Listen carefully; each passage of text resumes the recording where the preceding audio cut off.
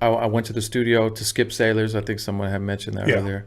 So I'm with Monster from the Booyah Tribe. I brought him with me because he's a dope-ass guitar player and bass player and one of my best friends. So a dude shows up at the studio in an all-black suit with a briefcase handcuffed to his hand. What the fuck is that? Okay, so I'm about to tell you what it is. He's strapped, you know what I mean? and I got one of my guys there with me, and he's always strapped because, you know, this is the hip-hop game back then. Right, you know right. what I mean? So he shows up, and I'm like, dude, he looked like Men in Black or something like that, you know what I mean? And I'm like, what is that? He's like, those are the reels, you know what I mean? And I didn't realize at that time how much those reels were worth. Right. So these are Tupac's acapellas on these reels. Now, this album that we did went 4 times platinum. Now, you take that times $10 a piece, that's, you know, $40 million. So now you know why it was handcuffed to his arm. But it didn't hit me at the time. But when I saw that, I'm like, this is some serious shit. I better not fuck up. And these were 2-inch? There's a 2-inch reels. Wow. Yeah. So he puts up the reels. I walk in the room. Hutch is in there. Right. He's on the mixing boards and stuff. And I say, let's put up the vocals. And he puts up the vocals for Happy Home. And I start making the beat. As soon as I hear it, I'm tripping out. I'm like, just pump his acapella for me. Let me just feel this shit. And it was kind of a trippy feeling, you know? I know. And I just started making the beat, and Monster started playing the guitar, and we started writing the songs, you know? And we ended up doing 2 songs that night, Why You Want to Turn on Me and Happy Home. Then we brought singers in, and Crooked Eye, my boy Jim Gedham, came in there and worked on the song with us, and I helped write the hooks for him and stuff, you know, and brought the singers in. Let me ask you this question for me. For people this generation doesn't know what a 2-inch is, you put it on pretty much. You fit about 3 songs, 15 minutes. Yeah. You got the acapellas. You press play and you hear Tupac talk. Yeah.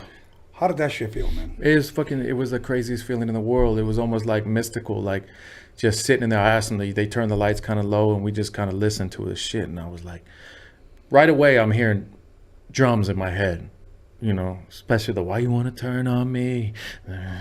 I'm hearing that hook in my head, and I hear his rapping because he's so like aggressive. His raps are so dope, you know. So it was just a crazy feeling. But me as a drummer, I'm hearing what the drum should go like first. When usually I'll write keyboards first, right? But with his vocals, I did the drums first. I remember doing that. Wow. But it was just it was a dope feeling, you know. What did you? I was honored. Yes. What did you use to make those beats? MPC 60, MPC 3000. Okay. And I forget what keyboard it was at the Trinity, I think. Okay. The reason why I bring that up, because there's a lot of people that want to know, like me, we're, if you will, studio geeks. We want to know, what did you use? Yeah, you know what I'm saying? Somebody had commented, oh, he's probably one of those laptop producers. First of all, shut the fuck up if you don't know, okay? This man's kicking history. So other than that... there was no laptop producing at this time. Yeah, exactly. Yeah. But a lot of people like to talk out of their ass, you know, and that's why I always say, make sure you tune in before you fucking talk, okay? But anyways, other than that, so you do the Tupac's, how many... we did 2 songs that night, and Hutch had already been working on the project when I had met with Suge. And so those songs, then I had meetings at Interscope and stuff, and they loved the records. I met with Tupac's mom, and I can't remember the lady's name that ran the label for her. Okay. But I met with them at Interscope and all the heads at Interscope and shit, and they played the record and they loved it. So that was a good feeling for me because I was like, I hope they like it. You know what I mean? They loved it. Yeah. That shit drops #1. Boom. As soon as it drops, you know, multi-platinum, you know, so Suge is stoked. I go in and do the Dog Pound 2002 record, which at that time Daz had left. They were beefing, you know. Okay. I didn't know all the insides of what was going on with that. I had worked with Daz already before on Crooked Eye's project. So I decided to sign to Death Row after that. Suge gives me the money. I say, okay, let's do this shit. I didn't sign yet. I just started making records. He's like, look, I'm just going to pay you to make the records. I'll get your contract ready. So then he comes out of prison. And I probably made like 150 records at Death Row. Like, really? He had me in there 6 days a week. He said, I'm gonna put you in the best studio. I'm gonna lock it out for you. I want all my artists to go in there and just start producing them. So 6 days a week, 12-hour day sessions. Fuck, I love those days. Yeah, and it was, but it was a time of my life because I'm like, dude, course. I'm getting paid to make music, and then Corrupt comes back. You know what I mean? He hears what I did on the 2002 record. I remember me, him, and Suge were in Vegas, and I met Corrupt for the first time again. Well, I met him once at Can-Am, but I don't know if he would remember me. Right. And he's like, and Suge played him the shit I did, Roll With Us from the 2002 album. And I remember Corrupt was like, holy fuck, Vegas, you doing all my shit. You're going to do all my shit, guys. You're going to do it all. You know what I mean? He was like, he loved it. And I looked up to Corrupt like he was one of my favorite MCs. Dope. You know? So, you ever meet Fred Wreck? I met Fred Wreck a couple times, like just in studio spots. But at that time, he was with Dre. Right. I'm with Suge. It's rival camps. You know what I mean? Right.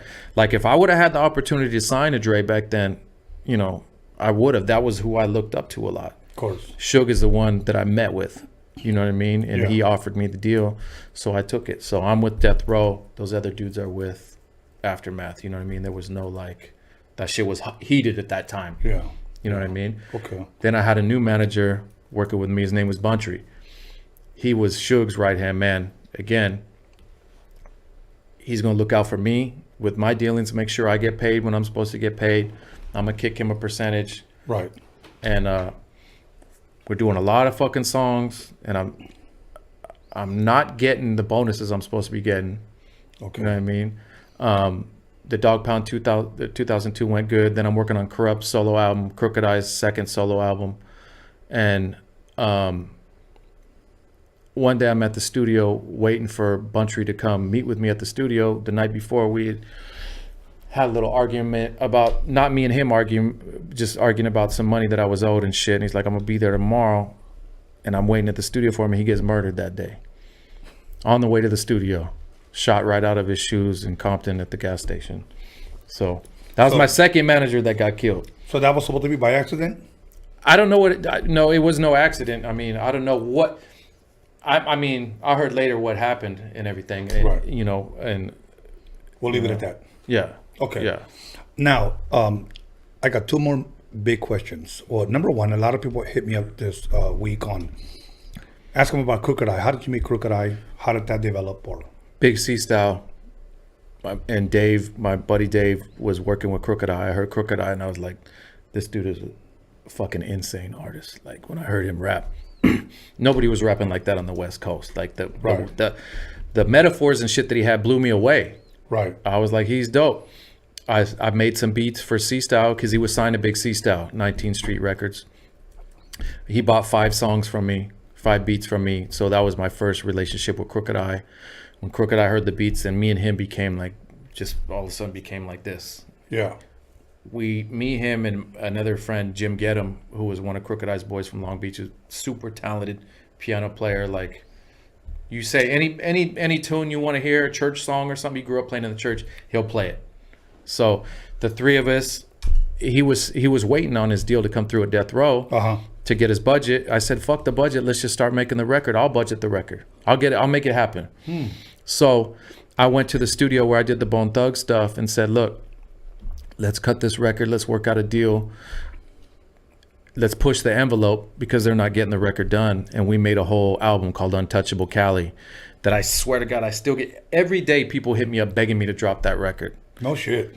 It was the fucking, if that record would have came out at that time, it would have been the biggest record in hip hop. It was insane. Well, why didn't it come out? Suge came home. They liked the record. But I think he wanted to be a part of the record. Okay. He said, let's cut some more songs. We cut a whole nother set of like another 30 songs. Damn. All these records were, I mean, they were so dope, dude, that when you would listen to it back then, I was just like, dude, we're about to blow the fuck up. Yeah. You know what I mean? I think that at that time, about 300 federal agents raided us at Death Row. One day I left the studio, 4 a.m. Within an hour, the feds jumped through all the windows and all that shit at the studio and the offices and stuff, raided Death Row, seized a bunch of shit. I think the IRS, Suge owed the IRS a lot of money at that time too. Everything got put on hold. We did some soundtracks. We did a Dysfunctional Family soundtrack. I did that with Eddie Griffith. He was in the studio with me every day, which was dope. You know. And it was like a Death Row compilation kind of. We did a bunch of records with all the artists, you know. Right. I also did Left Eye's album when she signed to Death Row. Lisa Left Eye. So I was producing her record, and she died in the middle of the record, which was, dude, there's like so much crazy shit going on. You know, Right. A couple other dudes got murdered that were there every day with us too. So it was like people were just dying, dude. People were getting killed. Crazy shit. She was working. She went to go visit Dr. Sebi in Nicaragua, and she had got everybody cleansing and stuff at Death Row, and she got killed over there in a car accident as I was working on her project in the studio. And she was cool as fuck, dude. Wow. Cool person. So a lot of crazy shit went on over there, you know. Okay. Now, it's hard to believe almost, but you know what? Let me say something real quick.